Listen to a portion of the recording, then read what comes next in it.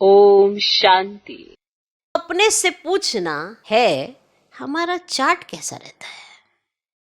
पूछो सभी अपने आप से, हमारा चार्ट कैसा रहता है। हमें उस चार्ट को देखकर एहसास होता है मेरी याद की यात्रा बढ़ी है या कम हुई है, या एज इट इज।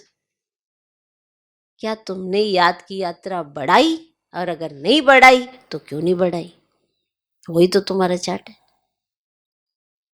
कौन सा व्यर्थ तुम्हें तंग कर रहा है, उस व्यर्थ से तुमने कैसे सॉल्यूशन, क्या देखा, क्या पाया? क्या व्यर्थ को रखना चाहिए, उसका सॉल्यूशन देखना चाहिए। कैसे निकले, कितनी देर में निकले, किस तरह का व्यर्थ तुम्हारा निरंतर चलता रहता है, चेकिंग करो। सच्चा चार्ट रखो, क्योंकि अगर कुछ भी नहीं है, सब ठीक है, तो फिर याद की यात्रा में इतनी कमजोरी क्यों है, वो भी चेक करो। जब तक चेक नहीं करेंगे तो फिर चेंज कैसे करेंगे? और चेक हमें ही करना है, कोई और आके चेक नहीं करेगा हमारा। और ये भी मालूम है कि याद से ही पाप कटेंगे, और पाप कटेंगे बुद्धि अच्छी होगी, बुद्धि अच्छी होगी बाप की बात तुरंत समझ में आएगी, प्रैक्टिकल इस्तेमाल कर सकेंगे। वरना सही समय पर निर्णय ही नहीं कर पाएंगे कि करना क्या है। इसीलिए यहाँ चार्ट बढ़ाते रहो। आज की बात आज ही में खत्म हो जाए, अगली दिन में जाए ही ना, क्योंकि दिन की शुरुआत मुझे नई करनी है।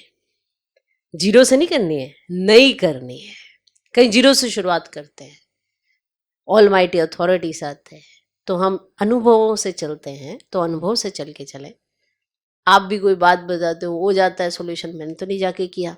ये आपके जीवन का अनुभव है, तो आपके जीवन के अनुभव खुद ही भूल जाते हो। फिर जहां खुद की कमी होती है वो बातें फिर छुपाते हो, फिर छिपते छिपते छिपते छिपते छिप जाते हो।